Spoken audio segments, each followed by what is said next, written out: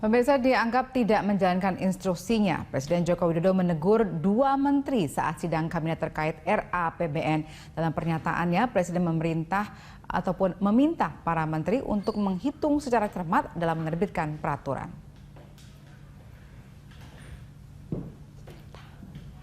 Dua menteri yang mendapat perhatian adalah Menteri ESDM dan Menteri Lingkungan Hidup dan Kehutanan. Menurut Presiden, dalam menerbitkan peraturan, menteri bersangkutan harus menghitung secara cermat agar tidak menghambat dunia usaha saat hendak menerbitkan peraturan. Bahkan Joko Widodo meminta Ignatius Jonan dan Siti Nurbaya untuk fokus dalam membuat kebijakan dan jangan mempersulit masyarakat. Selain itu, Presiden meminta seluruh menteri agar berhati-hati dalam menerbitkan peraturan agar tidak menambah kewenangan dan beban kementerian itu sendiri.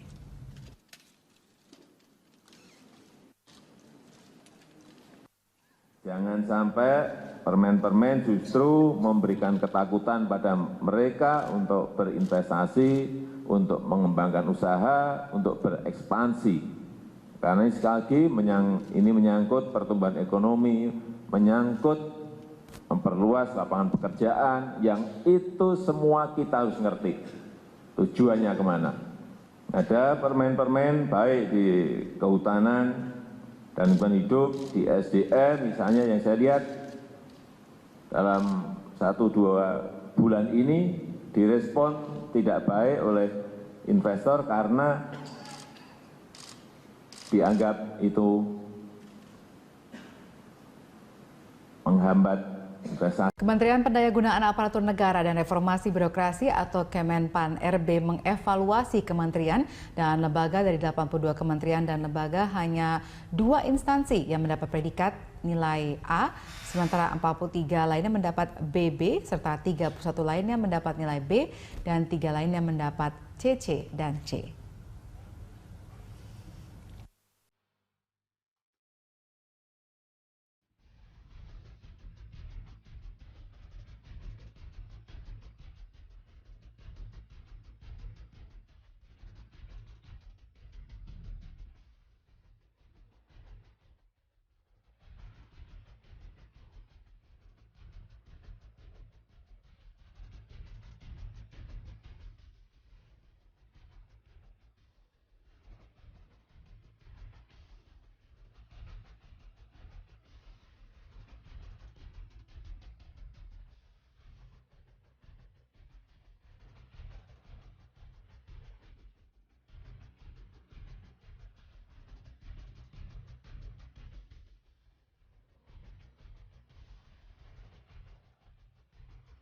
Pemirsa, teguran seorang presiden kepada menterinya merupakan hal yang biasa. Namun, teguran tersebut dapat dimaknai begitu politis jika dilayangkan di tengah isu santer perombakan posisi menteri alias reshuffle. Ya, lalu menteri atau mantan menteri mana saja yang pernah mendapat teguran presiden?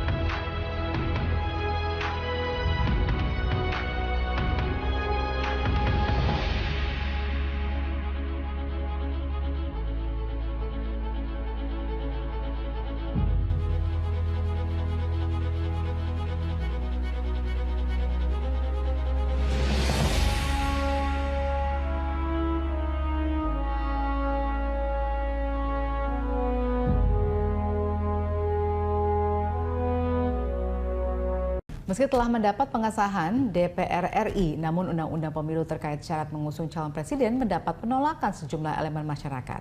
Hari ini salah seorang politisi resmi mengajukan gugatan ke Mahkamah Konstitusi. Salah satu politisi asal Gerindra, Habibur Rahman, resmi mengajukan gugatan uji materi Undang-Undang Pemilu. Materi yang digugat yaitu pasal 222 Undang-Undang Pemilu tahun 2017 terkait syarat parpol yang bisa mengusung calon presiden atau calon wakil presiden jika syarat kursi di DPR RI sebesar 20% dan 25% suara sah nasional. Menurutnya pasal ini bertentangan dengan beberapa pasal Undang-Undang Dasar 1945. Selain itu, undang-undang tersebut dikhawatirkan akan menyandera presiden terpilih oleh parpol yang mengusungnya.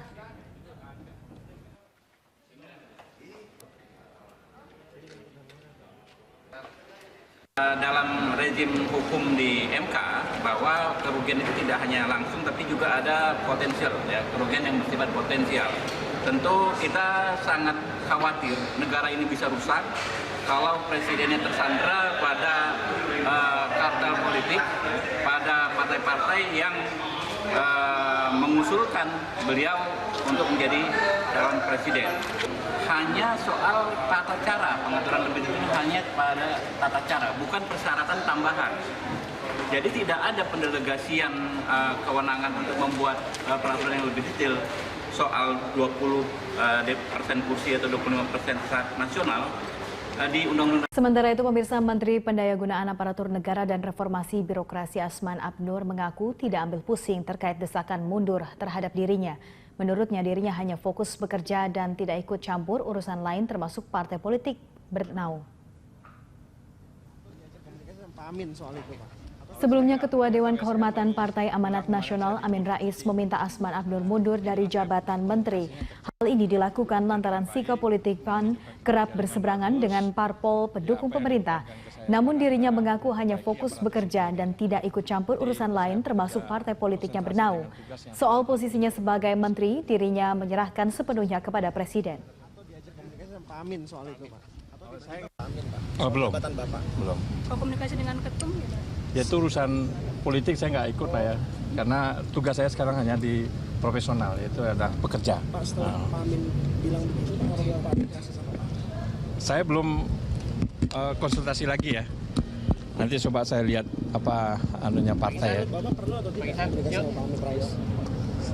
Saya sekarang tugasnya kerja, ya konsentrasi. Komisi 4 DPR RI mengapresiasi langkah pemerintah yang telah mengganti nama Laut Cina Selatan menjadi Laut Natuna Utara. DPR menyudut Indonesia berdaulat penuh atas wilayah Laut Natuna Utara yang berbatasan langsung dengan negara-negara kawasan Asia Tenggara.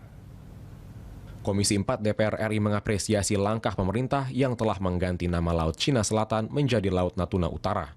DPR menyebut Indonesia berdaulat penuh atas wilayah Laut Natuna Utara yang berbatasan langsung dengan negara-negara kawasan Asia Tenggara. Anggota Komisi 4 DPR RI, Darori Wonodipuro, menyambut baik penggantian nama Laut Natuna Utara tersebut. Menurut Darori, hal tersebut sah-sah saja karena wilayah yang dahulunya dikuasai oleh pemerintah Hindia Belanda saat Indonesia memproklamirkan kemerdekaan, maka dengan sendirinya merupakan wilayah kedaulatan Negara Kesatuan Republik Indonesia. Peta, ya, saya juga kaget dan saya foto juga, yang aslinya ada sama Pak Fadlizon, mungkin lebih jelasnya sama beliau. Tapi yang jelas bahwa Natuna Utara itu sudah masuk wilayah negara di mana pada saat itu pemerintahan Hindia Belanda. Ya, jadi Natuna Utara, Natuna itu kan. Pendapat yang sama disampaikan Wakil Ketua Komisi 4 DPR RI, Rumkono. Menurutnya, Indonesia sebagai negara yang berdaulat memiliki kebebasan dan kewenangan untuk mengatur urusan dalam negeri. Rumkono meminta pemerintah bersikap tegas dan tidak mudah diintervensi oleh negara asing. Ya, saya kira itu kan kedaulatan negara kita. Soal nanti nama apa segala kita ganti itu urusan kita. Lagian itu tidak ada sangkut pautnya dengan kepentingan dari luar ya, tapi itu semata-mata untuk mempermudah. Dan itu menjadi penggantian daripada itu adalah tuh urusan dalam negeri kita ya. Saya kira ini perlu kita pertahankan, itu tidak boleh ada intervensi dari luar gitu ya. Oki Zulindra dan Kristio, TVR Parlemen melaporkan. Pansus Hak Angket menilai KPK lambat dalam penanganan kasus-kasus korupsi bernilai besar yang bersifat mega proyek seperti Hambalang dan juga Senturi. Pansus juga menyayangkan sikap publik yang terlalu menganak emaskan KPK. Pansus Hak Angket menilai KPK lambat dalam penanganan kasus-kasus korupsi bernilai besar yang bersifat megaproyek seperti Hambalang dan Senturi yang sampai saat ini justru mangkrak dan belum diketahui kapan tuntasnya. Pansus juga menyayangkan sikap publik yang terlalu menganak-emaskan KPK, sehingga KPK seperti tidak tercela. Padahal justru harusnya publik gencar menekan dan menagih janji KPK atas penyelesaian kasus-kasus tersebut. Ditemui usai pelantikan, Masinton Pasaribu sebagai Wakil Ketua Pansus KPK menggantikan Risa Mariska baru-baru ini, anggota Pansus Hak Angket Edi Kusuma Wijaya menilai adanya opini yang salah tentang keberadaan Pansus Hak Angket yang berkembang di masyarakat. Lebih jauh, Edi Kusuma mendorong KPK untuk menjalankan fungsinya sesuai dengan koridor dan prosedur hukum yang ada. Sehingga KPK bisa kita harapkan di dalam pelaksanaan tugasnya itu benar-benar melaksanakan tugas sesuai dengan hukum yang berlaku, yaitu Undang-Undang Tindak Pidana Korupsi. Jangan sampai terkesan bahwa KPK ini berpolitik, misalnya tebang pilih. Anggota Pansus Hak Angket Ahmad Sahroni menegaskan keberadaan Pansus Hak Angket ini adalah sah secara konstitusi. Selain itu, Ahmad Sahroni juga menyayangkan adanya opini masyarakat yang menganggap DPR RI sebagai sarang koruptor dan mendorong masyarakat untuk menaruh kepercayaan pada eksistensi Pansus Hak Angket KPK. Ngaco mau negara akhirnya opini lagi. Nah, DPR selalu dikategorikan jadi busuk. Ini yang kita nggak mau, makanya Pansus tetap jalan, berlanjut. Kasus-kasus yang dilakukan oleh KPK, kita menuntut. Ayo buktikan kalau memang dia sebut orang yang mengembalikan uang, sebutkan dong. Ardi dan Dwi, TVR Parlemen melaporkan.